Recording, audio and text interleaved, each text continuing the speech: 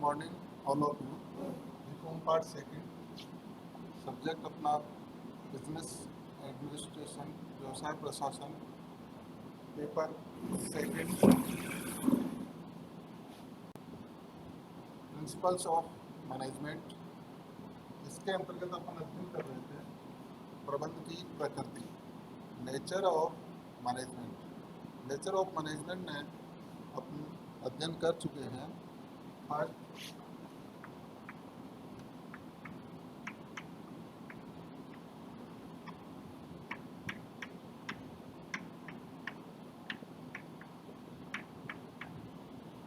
प्रबंध कला एवं विज्ञान है। इसका 20 नंबर का क्वेश्चन भी अलग से आता है। प्रबंध कला एवं विज्ञान है, स्पष्ट कीजिए। इस रूप में 20 नंबर का क्वेश्चन बड़ा क्वेश्चन बनता है। सेकंड, अपन ने अध्ययन किया था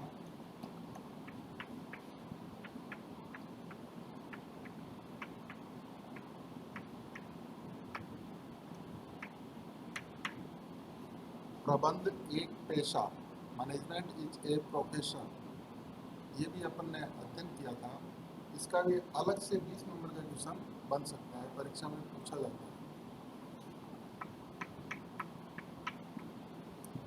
तीसरा, प्रबंध की प्रकृति के संबंध में आज अपन तीसरा अध्ययन किया था अपन ने प्रबंध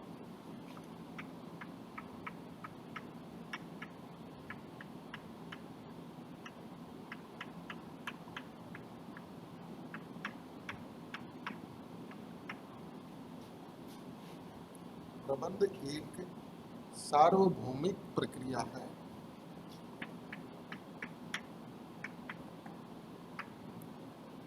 ये तीनों अपन ने अध्ययन कर लिए थे। तीनों अपने आप में बहुत बड़े टॉपिक हैं, अलग अलग टॉपिक अपन ने अध्ययन किए थे।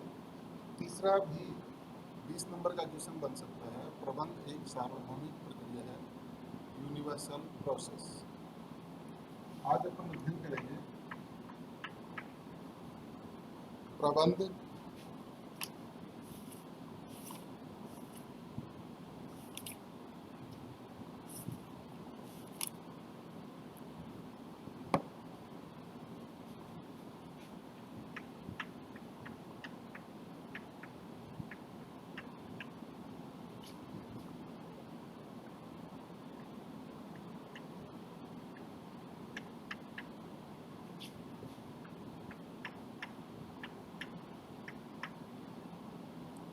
प्रबंध एक जन्मजात प्रतिभा है।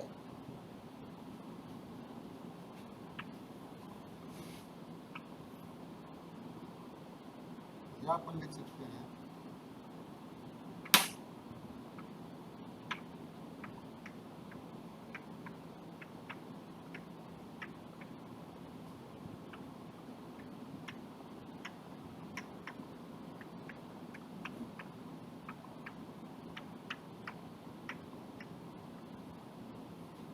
क्या प्रबंध एक जन्मजात प्रतिभा है? यह अपने आप में एक महत्वपूर्ण टॉपिक है कि क्या प्रबंधक पैदा होते हैं या अर्जित प्रतिभा है। देखिए, इसके संबंध में कुछ लोग यह मानते थे पुराने समय में कि प्रबंधक जन्म लेते हैं, प्रबंधक बनाए नहीं जाते हैं। वो लोग ये मानते हैं कि पीढ़ी दर पीढ़ी प्रबंध का कार्य एक ही परिवार के व्यक्ति करते रहते हैं। ऐसे लोगों की ये मान्यता रही है कि प्रबंधक पैदा होते हैं, बनाए नहीं जा सकते हैं। ऐसे लोग यह समझते हैं कि प्रबंधक एक जन्मजात प्रतिभा है जो पीढ़ी दर पीढ़ी वंशानुगत रूप से आदमी के खून में रसी बसी रहती है। यानी वंशानुगत रूप से यह प्रबंध एक जन्मजात प्रतिभा के रूप में मानी जाती है। कुछ लोग ऐसा मानते हैं। ऐसी अवधारणा करने वाले इस बात पर मिथ्या विश्वास करते हैं कि प्रबंधक का शिक्षण प्रशिक्षण संभव नहीं होता है। ये एक तरह से आज के युग में ये बात लागू नहीं होती है। जिन लोगों की ऐसी धारणा थी, वे अनेक तत्वों एवं परिस्थितियों से प्रभावित रहे हैं। सामान्यतः इन लोगों के निम्नलिखित तर्क हैं। वो ये कहते हैं अपने तर्कों के माध्यम से कि प्रबंधक बनाए नहीं जा सकते बल्कि जन्मजात ही होते हैं। उन तर्कों में अपन कुछ तर्क अध्ययन यहाँ पे कर रहे हैं। उनमें पहला तर्क है प्रबंध एवं स्वामित्व में पृथकता का अभाव। एक तरह से ये माना जाए आज के युग में यह तर्क लागू नहीं होता है। आज के युग में प्रबंध एवं स्वामित्व अलग रूप में होता है, लेकिन पुराने समय में व्यवसाय का रूप छोटा होता था और ऐसी परिस्थिति में प्रबंधक ही स्वामी होते थे। यानी स्वामी जो होता था संगठन का, संस्था का, वही प्रबंध का कार्य करता था। ऐसे लोगों का ये मानना है कि जैसे साझेदारी एवं एकल व्यवसाय के अंतर्गत आज भी जो व्यक्ति मालिक होते हैं, स्वामी होते हैं, वही प्रबंधकीय कार्य करते हैं। पहला तर्क। दूसरा तर्क उन्होंने दिया शासन व्यवस्था।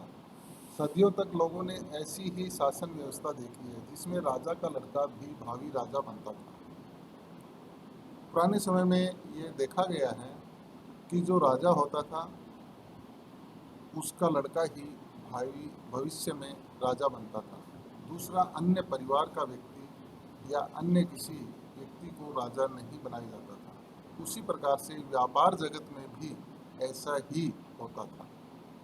तीसरा तर्क है प्रबंध को विशिष्ट ज्ञान या कार्य को न समझना। प्रबंध को कई सदियों तक विशिष्ट ज्ञान नहीं समझा गया था। कुछ लोगों को प्रबंध के संबंध में यहाँ तक कह गए हैं कि प्रबंध तो सामान्य ज्ञान तथा परंपरागत नीतियों का उपयोग है।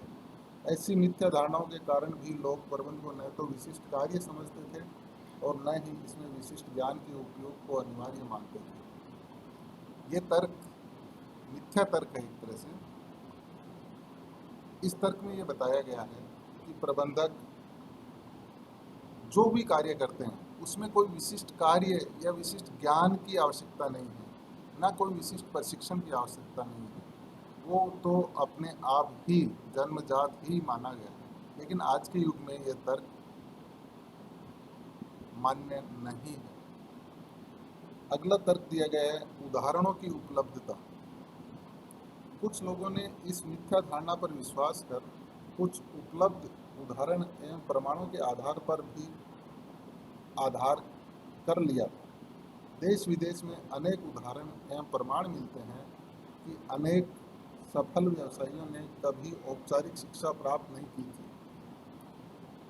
ये जो तर्क है इस आधार पर दिया गया है कि पुराने समय से जो बड़े बड़े उद्योगपति हैं देश या विदेशों में, उन्होंने ना तो किसी प्रकार की व्यावसायिक शिक्षा प्राप्त की थी, ना ही कभी कोई प्रशिक्षण प्राप्त किया था और वो प्रबंध का कार्य करते थे। भारत में भी इसका उदाहरण मिलता है। जैसे भारत में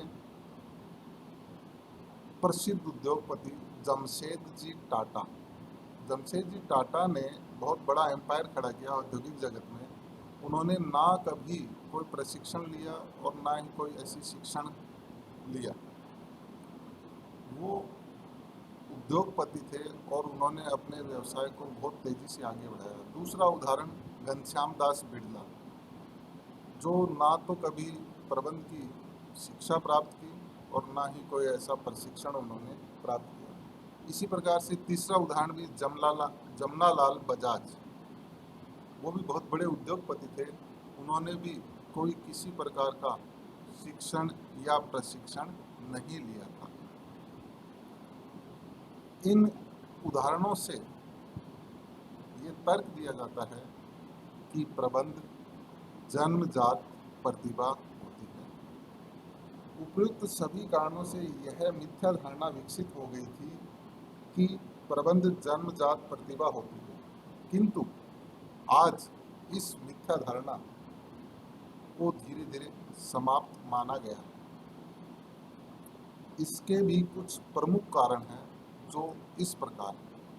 कहने का मतलब, पहले जो अपन ने तर्क दिए थे वो जन्मजात प्रतिभा के पक्ष में तर्क दिए थे, लेकिन आज जो अपन मान रहे हैं कि जन्मजात प्रतिभा नहीं है बल्कि प्रबंध एक अर्जित प्रतिभा है, यानी प्रबंध शिक्षण एवं प्रशिक्षण से प्राप्त किया जा सकता है एवं प्रबंध के कार्य किए जा सकते हैं।